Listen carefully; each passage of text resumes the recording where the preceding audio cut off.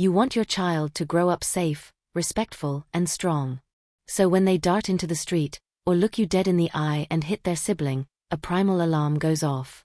A quick spank can feel like the only way to blast through the noise and make the danger absolutely clear. You're not trying to hurt them. You're trying to protect them, to build a future where they know the rules. But here's the haunting question. What if the method you're using to build that future is secretly undermining its very foundation? This is the conflict at the heart of one of parenting's oldest debates. We're going to move beyond the shouting and shame. We'll look at what's actually happening in a child's brain during that moment, and what decades of follow-up data reveals about the long-term results. My goal isn't to tell you what to do, but to give you the clarity to decide for yourself. And I'll share a handful of surprisingly effective, science-backed tools you can use instead. Stay with me. Welcome to Curious Minds, where we examine the choices that shape us. For many, this isn't a debate. It's tradition. The thinking is practical. Pain is a universal teacher. A short, sharp shock creates a memory, a line that won't be crossed again. It's about respect, safety, and preparing them for a harsh world. The love is in the intention, to correct and protect. It worked for me, is the powerful personal evidence that's hard to argue with. But let's follow that logic into the laboratory of the mind. When a child is spanked, their brain doesn't process a loving lesson. It processes a threat. The amygdala, the fear center, sounds a full alert. Stress hormones like cortisol flood the system. To survive this perceived attack, the brain does something drastic.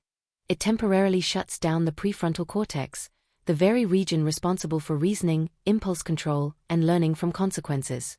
So, in the precise moment you're trying to teach, you've disabled your child's primary learning center. The lesson they encode isn't running into the street is dangerous. It's my caregiver is dangerous.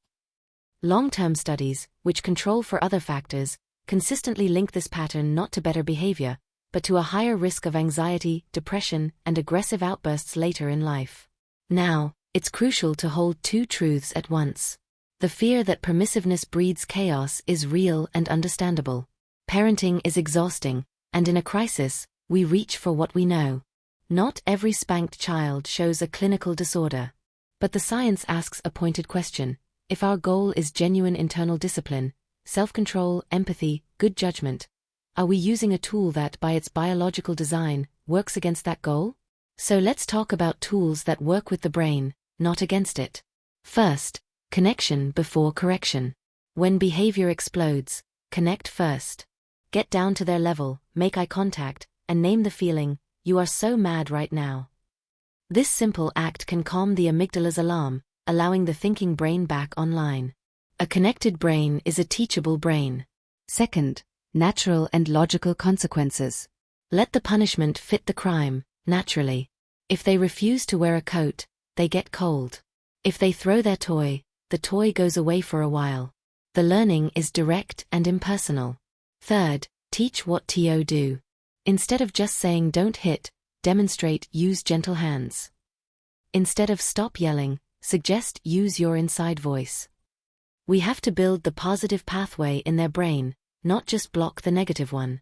This journey isn't about achieving some impossible standard of perfect, calm parenting. It's about progress. It's about choosing tools that don't just stop a behavior in the aisle today, but build the character you want for them in 20 years. I'm genuinely curious to hear your perspective. Looking back on your own childhood, what was one non-physical form of discipline or guidance that actually worked on you? What made it so effective? The conversation is where the real learning happens, so please share your story below.